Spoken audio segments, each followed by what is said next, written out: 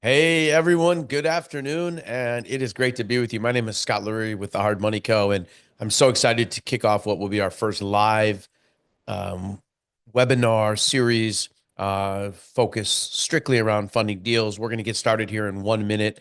We will be here 1 minute. Please, thank you for your time, and we'll be started here in 1 minute.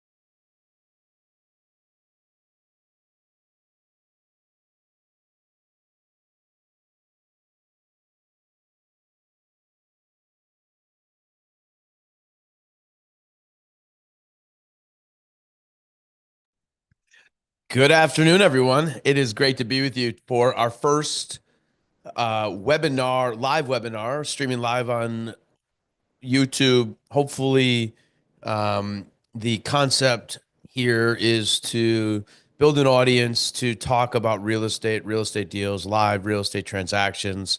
My name is Scott Lurie with the Hard Money Co. We are a hard money lender focused on funding dreams and realities of real estate investors throughout our great country. I have been involved in real estate since 2003. I started flipping my first house in August of 2003. I was then able to amass 1,500 rental units during my active career flipping and building a portfolio. Today, I'm a hard money lender. I also am a developer of multifamily as well as industrial assets and focus on lending to our unbelievable um, investor base who are active and changing the landscape of the demand for housing throughout the United States. I'm joined today by our sales manager, Steve Straub, who's going to be helping moderate today's webinar. This is about answering questions, talking about deals, wondering where your finances are, what questions you have, what problems you're having, how can we help you? Um, how can we discuss your financial situation, whether it's you have too much credit card debt, your debt to income's off, you don't understand what a DSCR is, you don't understand how to exit a loan, you're stuck in the mud, you're stuck in quicksand, you're stuck in whatever that might be. We want to get you out of that. We want to also let you know that every day is not a great day, but every day should be a good day in real estate, and you should be productive. And productive means you are moving forward with your transaction. I do deals every single day. I can tell you this morning I was on a call with one of my lenders on a deal that's not going the right way. I take the approach to call my lenders. I take the approach to speak to them. I take my approach that I want to solve my problem. And my lender gave me a suggestion today, which was, hey, I'd like to talk to this person. And I set up an immediate call, and we have a call scheduled for Wednesday at 2:30. My point of saying that is communication is the ultimate solution to everything. There is not any other solution other than communication. If you cannot communicate, if you are not good at communicating, get good at it. I can't teach you how to be a good communicator. I can only tell you that it is so vital to solving everybody's problem. And if you understand that simple thing, which is just getting on the phone and talking to somebody, that goes a long way. I spoke to my lender today. I realized I hadn't spoken to him in a little while. We had a nice catch up. His words were, "I'm not concerned because I know it's you, Scott, but." He wanted to hear from me, and I need to do a better job speaking to him, but I did, and we have a clear path to a solution. So whatever your problem is, I can assure you one of the solutions is going to be communication. With that said, we gave an opportunity for people to submit inquiries. You can submit inquiries live in the chat right now, and we will do our best job to address all of them. But you do have a chance prior to this to discuss and provide a little insight into your challenges, which we will provide a link to, which you can just submit your inquiry. If you're running into a problem and you want to submit it, submit it. We'll talk about it. I promise you, you're not the only one with the problem, because well, our problems are all pretty much the same, just different boxes of solutions. So, with that said, Steve, tell me, where are we going with the first question, the first inquiry we got? I think this one resonates probably with a lot of people, but let's hear what was the first inquiry that came in. Yeah, so we have a client who has a good opportunity to buy a house. He feels like he can make a lot of good money at the end. The issue he's having is the wholesale fee for him to get the house, in his mind, is pretty high. So he talked to some lenders on it. He's come up with a portion of the wholesale fee. He's curious. He wants to buy it, but he told us he has to come up with the wholesale plus his down payment. Are there any solutions for that? Um, this is a real problem, right? This is a real problem in not only in this person's scenario, but this is a problem in the industry. And I get a chance to watch and see a lot of the challenges that are in the Facebook groups and all the other groups that are out there about wholesale fees. And when I was flipping houses in 2003, and when I was wholesaling the antiquated way, which was I was wholesaling and finding a buyer and doing stuff, I was always a little bit concerned about what if somebody knows how much I'm going to make, and what would the lender think? Yeah. And so I'm going to answer this in a couple different breaths. First, as a lender, we are concerned about wholesale fees because there is implications related to fraud that concern us as a lender. So as wearing my lender hat from the Hard Money Co., we have a general parameters that allows for a wholesale fee to be paid, and it's capped. Each market has a different cap, but let's call it $15,000 to $25,000 of cap, which allows us to pay that wholesaler $15,000 to $25,000 rolled into the cost of capital that goes into the acquisition cost. The challenge so the fraud issue is that if A to B, B to C, if from A to B and B to C, there is a not arm's length transaction or there's some fraud that's occurring, there is a huge opportunity here for for lenders to get burned. And as a result of it, they traditionally cap these fees, and then the buyer has to pay more, right? More down payment. There's ways around it. The more skilled borrowers, meaning the ones that have had a proven track record with us paying off loans, the less likelihood they're going to be engaged in fraud, the more likelihood we're going to do business with them and try to help them get to a solution. Now, speaking as a wholesaler, right? And speaking outside of my world, but as a wholesaler, my largest wholesale fee I ever earned was about $80,000. I sold a house. I bought a 4-family. It was at Carroll College here, which is just in west of where we are right now. And I earned an $80,000 fee. And people say, well, how the hell?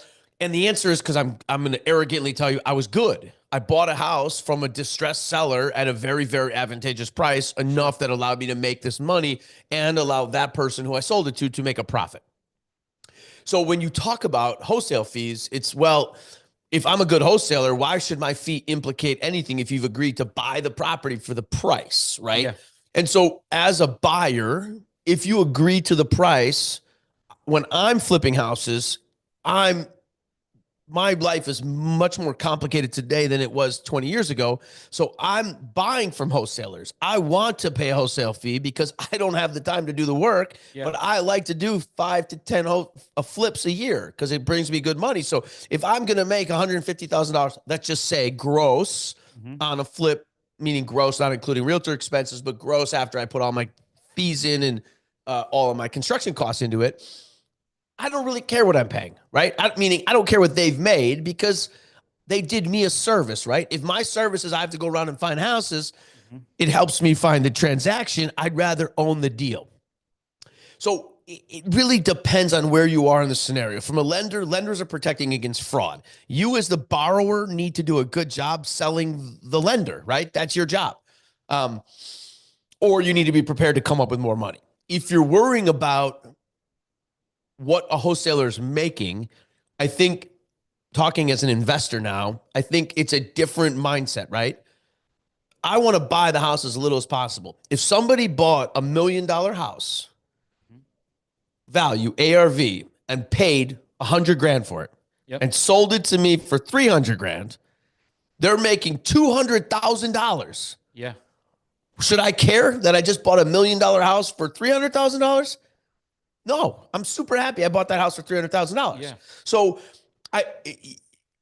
if I'm a lender, you bought a house it's worth $1 million and you paid only 300,000 and there's a $200,000 fee going out the door, that's where the fraud concern comes up. And that's why everybody, most lenders, most hard money lenders have that concern. So hopefully that answers the question. I think so. I think it's from a reality standpoint, real. I'm supportive of paying fees, specifically wholesale fees, because I can only do 5 houses a year and I don't have to find time to find the 5 houses. That makes sense. Great. And by the way, if anyone has any clarifying questions about anything we're discussing, put it in the chat. We're monitoring the chat and we will always jump back in. Day 1 of our live webinar series here at the Hard Money Co. Hopefully we'll keep it rolling. Yeah. Great question, Steve. Awesome. Let's hear it. We've got a couple other ones that are popping up. So somebody had just said, my lender pulled my funding 3 days before closing. Is that too soon to close a deal with you guys? So let's break that question down a little bit because it's a great question. So my lender pulled my funding. So we see this every day, right? Lenders are pulling funding for various reasons. The lending business is a complicated business, right? Most lenders, if they're not balance sheet lenders, are selling the paper, right? So something happens in their transaction from B to C that you don't even see, where they don't have funding or they can't sell it or they can't table fund it or they can't do anything. That deal's getting pulled, right? It might have absolutely nothing to do with you. Yeah. It might have to do with something behind the doors, but they're going to disguise that with some nonsense to you. They didn't like the appraisal. The title, they don't like the title underwriter. We're not funding today. What do you mean you're not funding today? So to answer your question, the question that the party asked, can we fund a deal in 3 days? Sure. We funded a deal in 1 day. It puts a lot of undue stress on lender because we have to get title ordered. We have to get title updated. Then you have to work through the whole process of moving the transaction over. Then you got to get insurance. I mean, it takes a lot. It takes a major symphony to have that happen. Sure. We can do it. I mean, the reality is borrowers and lenders are partners, right? We're partners in deals. If you're going to do your job, you should be funding deals with your partners who are not going to pull out on you on the last day. That's probably state one. I've had it happen to me. I've had a deal that a longtime lender of mine told me, hey, Scott, I'm going to fund this deal for you. And I remember where I was. I was in Mississippi. I was looking at a new acquisition in Jackson, Mississippi. And the lender said to me, I'm not able to fund your deal. I had 5 days to go to buy an $11 million commercial property. And they left me at the altar. And it took me 7 years till I re-engaged with that lender because I was so bothered that they would not be transparent. If you don't want to do the deal, just say, I can't do the deal. Yeah. That's fine. But to take me all the way down to the altar and then not be able to close the transaction is a problem for me. Now, I got the deal closed. I own it today. I just got a lease extension from the tenant. Everything's going great. That lender and I have had a challenged relationship since that time, understandably. The way I look at it is I partner with the right folks to use their money. And what am I doing with their money? Making money. Yep. That's it. I use people's money, OPM, other people's money to make money. That's how I operate. So I'm going to do that from various different walks of life. I have hard money lenders. I got bridge lenders. I got seasoned lenders. I got long-term lenders. I got short-term lenders. I've got institutional lenders. I've got Freddie and Fannie, which are government agency money. I've got HUD. I've done it all. And every deal has its nuance, right? If I'm going to be in and out of the house, in and out of the property in 6 months, does it really matter? No. Sure. If I'm making 150, if I make 135, does it really matter? No, as long as my capital flow is easy. As long as it moves, I want to just get to the 135. So to answer your question, yes, we move swift. We're a direct hard money lender. We can move swiftly, but the answer to the question is partner with the right folks that will solve your problem because you're using their money to make money. Even if well, you say, well, I don't really make any money. I'm just using the burst strategy. No, you're making money with their money. You're building an asset that you can refinance out and have no debt. You're 100% leveraged. That's amazing. Awesome. That's a good answer. All right. We have another question here just came in. Do we offer commercial financing? If so, what's our criteria? Do we offer commercial financing? So the answer is we only offer commercial financing. And let me be a little bit more specific. Please. We're a direct hard money lender. We only lend to businesses, and what we call them are BPLs, business purpose loans. So we only lend to commercial lenders. We do not lend on anybody's home. If you have a homesteader or you're going to live and move in the home with your family, we do not lend on that asset. Anything outside of that, if you're going to buy a single family home or you're going to buy an 8 family or you're going to buy anything, is called a commercial loan to us. So our distinction, our criteria of commercial loan is, what is a commercial loan? It's a non-owner occupied home. Sure. We lend on anything outside of that. And sure, our criteria is go get a good deal and bring it to us. Whatever you think a good deal is, make sure it matches what our good deal is. If you want to know what we think is a good deal, call us, send us an email. Let's talk. We can make an inquiry with you. Our criteria across the board is we generally will lend up to 65% of the after repaired value on a property. So most of our single family, 1 to 4 families are buying deals where they're going to improve a property to get to a higher ARV. Sure. Through improvements.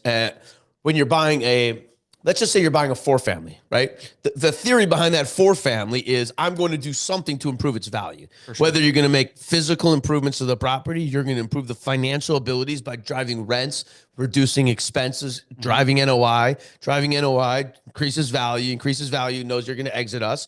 Great. So all of those are strategies that we work through. And would we consider strip malls? So strip malls are retail malls, right? Retail it depends on where you are. Sure, we've financed retail malls all the time. The challenge with retail malls is the tendency as you go from big box to little box, the credit becomes more of an issue, right? I'm dealing with mom and pop, John and Paul, who run a bakery store and they pay very little rent or low rent or it depends on each scenario. So every single deal has a story, right? Every story. And when you talk to the investor's story is, hey, I got this great deal because of something, right? We want to hear the story too. It's really important to us. But in addition to that, take that strip mall inquiry that just came in. Yeah. The answer is I don't have enough information. Do I finance strip malls? Yes, absolutely. Yeah. Do we want to hear about it? Absolutely. If you think it's a good deal, tell me why it's a good deal, right? Think about what you're going to convey to us as a lender. I'm buying it. If you start getting technical, that's good, right? I'm buying it for X dollars a square foot. I'm going to rent it for X. Right now, the lease, let's just say the leases are modified gross, which means that the taxes are included in the common area maintenance or triple nets that would be normally paid for by tenant or paid for by landlord are going to be converted into triple net leases by way of business process. Okay. To drive NOI, right? To drive value, right? So like that theory works all the time. Or if you've got all leases that are basically month to month, what's your business plan? If your business plan is you're going to take those leases, you're going to convert them to 5 and 10 year leases to create value. You're going to move them from modified gross to triple net leases, and you're going to create value. Whoever's in that inquiry, they might be making $5 million right now, and God, we want to be part of that. Yeah. So you know what I'm saying? So absolutely. I don't know enough about the story. Yeah. Can we finance retail? Sure. Is it one of our preferred categories? No, but it's a category that we finance. Okay. Awesome. Yeah. That sounds good. CTC stores, if you want to, feel free to call in or you can submit an application. I'd be happy to look at it for you. Somebody else had asked, I have a 4 unit under contract. Purchase price is $180,000. As is value is $210,000, $75,000 in repairs. ARV is $340,000. She just wants a response from us on that, but let's just talk about that in general. So let's talk about that deal, right? Yes. So that deal right out of the gates is an interesting deal to me. Sure. So we got a 4 family. Yep. We're paying $45,000 a unit, right? $180,000 acquisition costs. Yep. We've got $75,000 in repairs, which gets us to a $255,000 all-in number on a what was it, ARV? 310? 340. 340 ARV. So I don't know who this person is, and thank you for being here, but let's just go through the numbers. 340. Yep. At an ARV of at a loan to value of 65% of that number gets you to basically a really good loan, Yeah. right? Whoever that is, nice job on the acquisition. I don't know where it is. Sure. I haven't verified, just to be clear, I haven't verified the ARV. I haven't verified the as is. I haven't verified anything, but I'm just going off of the numbers, assuming this participant, thank you for being here, by the way, is has, within stone's throw, it sounds like a nice deal. Sure. Now, I don't know what the leases are going to look like, what the rent roll is going to look like. Are you going to have the tenants paying their heat? Do you pay the heat? I hope the tenants pay the heat. Are they paying trash and snow removal and grass? I hope they're paying all that water. So you have a pretty clean P&L. That'd be amazing, right? Like that's how you get value on the DSCR side of things or on any other side of like value. Every dollar, when you put a cap rate on it, I don't know where it is. Is it a 6 cap, a 5 cap, an 8 cap, a 10 cap? But each dollar you're saving is awesome to that. So going through that value, that's a great deal. That's a layup loan for us. Sure. Using unverified numbers would be a layup loan. Yep. We could finance that. That'd be depending on where you are in terms of the seasoning of your experience. It'd be a 10% down if you have done 3+ deals. So you can come into that deal for very little dollars down. My guess is, this is a guess, that if you execute flawlessly, which means you're quick, you're efficient, you're speedy, you're efficient, you're speedy. Get the speedy part. Yes. You got to be super fast to get this done. Yep. If you can do all of that, you're going to exit on a DSCR refinance on that 4-family and have 100% or leverage or more. Okay. Awesome. Which is a home run, right? Like that's the deal that, to me as an investor, I want to do 10 of those a year. I'm going to add 40 units and have 100% leverage at the end of the 12 months because I executed on my business plan. Like that business plan is one that I speak highly of. I have a $500 million real estate portfolio today. It's 100% leveraged, meaning I don't have any money into it. So think about that. If you want to have $500 million of real estate, start today, plan for 20 years, and in 20 years, you'll have $500 million of real estate with no money in it. It's incredible. Who wants to sign up for that? Me. Everyone should want to sign up for that. So the reason I say it is because the trick is to leverage, right? Real estate, the only business in the world where you can leverage and leverage and leverage and leverage. The only business, there's no other business, is real estate. There's no other platform. There's not another platform that works consistently and over the years, the decades, the centuries. Real estate is the only business that works. Okay. I love that. And then we just had one more question come through. Yeah. He has an 803 credit score, but doesn't have a lot of capital. Does excellent credit help at all in determining what his down payment's going to be? Sure. Let's just assume he has no experience for the sake of our conversation. Sure. So the scenario to the 803 credit score, first of all, 803, you should be proud of yourself, right? Now the question you're asking yourself is, how the hell can I use my 803 credit score to leverage it to be successful in real estate, to reduce my down payment? Because somehow an 803 credit score individual somehow has this thing called life that is thrown at him. I don't know if it's he or her, this person, where life is causing them to use their free cash flow, whatever that is from their life, to pay for life, right? I don't know if they've got a family. I don't know anything about this individual, but let's just say they got a family, they got car payments, they've got school, maybe they're working, maybe they don't earn enough yet because they're starting a new career, maybe, who knows, right? But they have taken the time to build an 803 credit score. That is a reward, right? Now, how do you take that reward and go do something with it? So the two answers to the questions are, does it help reduce your down payment? It can help. For us as a hard money lender, the biggest risk reducer for us, the one thing that reduces risk the most for us is experience, right? Paid off loans, we can start doing a lot of great stuff for someone. If you've paid off loans with us, the world is your oyster, right? Now, when I stipulate that, you got to pay off loans and also paid your monthly payments and been on time and done what you're supposed to be doing. But yes. The second factor is credit. Why is credit so important? Because history repeats itself. If you are a person that pays your bills late, you're going to pay your mortgage late because you don't have that either compass that says, I've got to do this at the right time. You don't have the discipline to do it at the right time. Or you have some other method that is telling you that pay your bills whenever you feel it's important because the due date and the relationship doesn't matter. Yeah.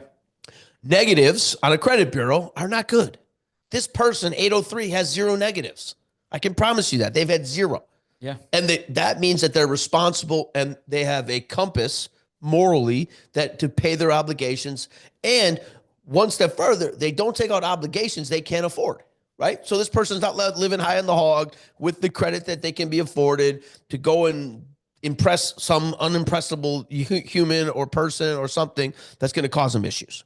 So the answer is we as a direct hard money lender, it doesn't help with limited experience. It helps if you want to partner somebody, that can help. And it also helps on your exit. You on a DSCR loan with an 803 credit score will get a better rate. Of course. That's fact. That is 100% fact. And so you can also get higher leverage with a better credit score on the takeout loan. So partner with somebody, find ways to solve your problem. Once you do one Mr. or Mrs. 803, you're going to do 50 because you understand how to be successful. That makes sense. And we're going to take one more question here. Great. So we had somebody that bought a house for cash at an auction, started fixing it up using their own money. We've been down this road before. 100 times. The old auction buyer. Yeah, budget's over. We're over budget at this point, out of funds to finish the renovation. How do we take money out to finish the renovation and get it sold? I think I hear this statement 100 times. I think I hear this statement 100 times a month. This is like, whether it's an auction or some other format of something, we hear this all the time. This statement right here it's very common. It's very common on sheriff's sale. It's very common on auction because what happens is the process creates the urgency and it supersedes people's ability to do due diligence. Okay. Yep. So what happens is somebody says, listen, I went and bought something at auction and I got a good deal on it, but I missed that foundation, or I missed that roof, or I missed that HVAC, or I missed something, right? Something was missed. So here's what happens. Auctions drive you to the point where you have to pay a down payment, which is yours. You have to pay usually a buyer fee, 5%. And all of that money goes into it. And then you say, hey, geez, now I'm the owner, right? I paid cash. Yep. But I don't have money to finish the project. So what happens is people paid cash. They can't finish the project. And then their returns are going down and down and down every single week, right? They have no income. They have no means to finish it. They call us at the Hard Money Co. and they say, can you help me? And we can fund that in 5 days, right? They already got title. They've already done it. What we require at that point is what they call a scope of work, right? So at that point, when you're approaching us or a lender and you're saying, hey, I'm out of cash, can you help me? The answer is, of course, right? We have cash. We can help you. Of course we can help you. But the next statements are going to be important. Why do you need the cash? And what's the scope of work? And once you put out that scope of work, hey, I missed this foundation. Here's the estimate. It's going to cost me $12,000. The roof, which I didn't think I wanted to do, now I need to do. That's another $12,000. I need to do the hardwood floors. I need to install the kitchens. I got to install the cabinetry, and I got to put appliances in, right? That whole scope of work is going to be $50,000. Let's just say. Sure. That gives us the ability to give you a loan for $50,000 on a property that you're stuck in the quicksand right now. You don't realize it's quicksand because you don't even know it's quicksand. Because here's what happens. You're like, well, I can move slow. Well, you lost $1,200 a month last month. You're going to lose $1,200 a month this month, or $1,800 or $3,000 or whatever the rent is. Time is money. Whoever came up with that adage, the old adage, time is money, it's 100% true in investing. Time is money. The faster you can do something, the more money you can make. It's unwavering in its accuracy. So the reason I say that is when you come to us and say, hey, I bought this house at auction, I missed a few items. That's okay. Mistakes happen. You're here to solve them. Here's my new scope of work. I'm going to submit that with my application. I'm going to be detailed on my application and tell you what I'm going to do. We have a scope of work available, sample on our website. It's free. You can download it. You can complete it. You can populate it.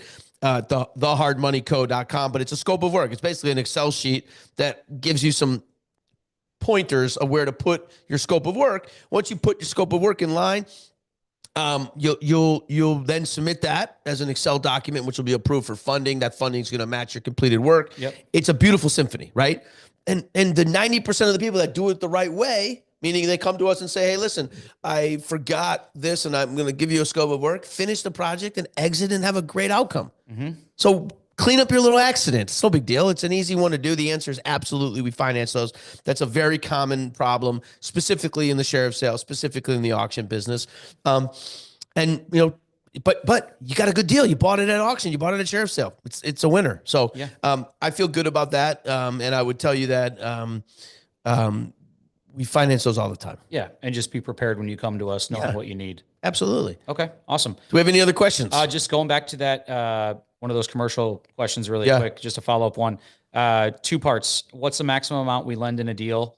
And then speaking on commercial properties, do we lend on single-use buildings like daycares, assisted living, et cetera? So the answer is yes to all that. We don't have parameters that tell us our limitations, right? We have a capital stack that allows us to fund real estate transactions so long as they're efficient.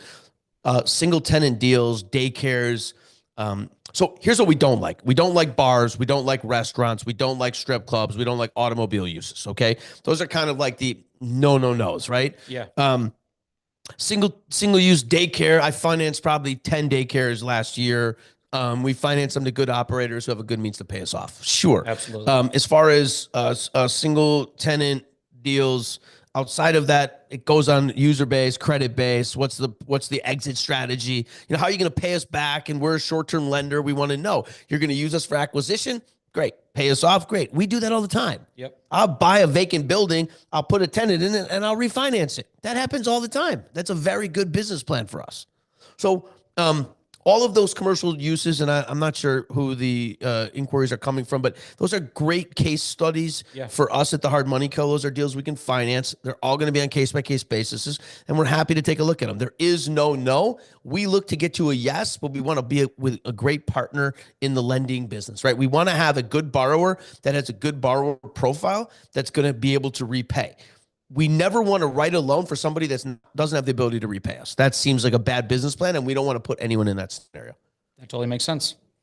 That's what we have for questions. Great. Today. Well, so day one, let's just do a little recap. Yeah. Day one, we had first day here. Large wholesale. Yep, we had a large wholesale. We talked about the wholesale fee. We talked about financing some commercial properties. We talked about running out of money on an auction deal. We talked about a few other deals that came in on inquiry. Yeah, get them closed quickly. Close quickly, fast closings, all of that we can do. Time is money. We talked about it. This is day one, though, Steve. I think this has really been a good discussion. I'd like to encourage people to continue to submit their inquiries for our next live webinar we're going to do. It's going to hopefully go an hour. We want to talk about everything, though. We want this to be an all-encompassing discussion that has a real estate focus, right? So we might talk about credit, which we talked about 803 credit score. We might talk about low cash to close. We might talk about transaction where something happened, insurance, which is boring and timely. We can talk about all this stuff. So this is an open forum. We don't have an agenda. We have nothing to sell. This is a free webinar. I wish I had a free webinar when I was starting in 2003, but I didn't have it. So this is kind of like let's see what the world takes, and your discussions and your engagement is important. So thank you for that. And we'll be back. We'll be back here in a couple of weeks to do this again, and submit your inquiry. Yep. And that's it. So I just want to thank Steve for joining me today. And I want to thank you all for being part of our first live day one webinar series. And we hope to see you again soon. Once again, my name is Scott Lurie with the Hard Money Co. If you have any questions or want to discuss real estate, we are here for you. My entire team's here for you. We hope to see you very soon. And thanks again for being part of today.